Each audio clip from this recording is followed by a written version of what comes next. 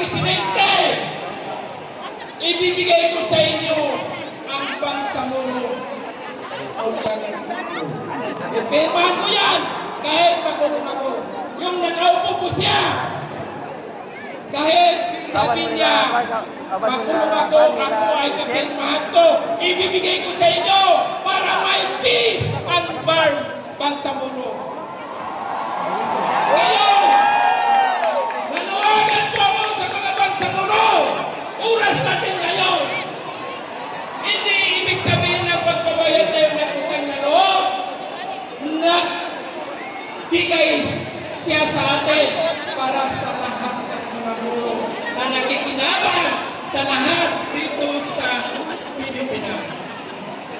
Yung nakaupo po siya ng Presidente, nakaupo po siya ng mga department head, mga Supreme Court, Department of Justice, na 35 na mga Moro. Ganun kaganda ang pagkakabalagan ng ating Presidente Rodrigo Duterte. Tama ba? Ngayon, nararamdaman din ba? Pahinapuin ba? Ang komando ng mga Moro?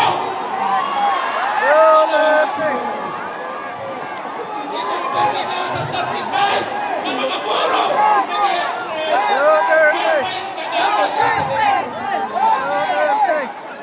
Mga kaibigan, mga kapatid ko na mga Moro, ngayon, nakikiusap po ako. Silent is no option. Lalabas na tayo. Pakita natin na hindi tayo kontento sa administration ngayon. Ninakaw niya. Ang general administration. Walang tingin ito. Pero ngayon, ninakaw. Bakit ninakaw? Walang pati isang taon, 2 buwan lang. Naubos na ng 65% yung general appropriation ka.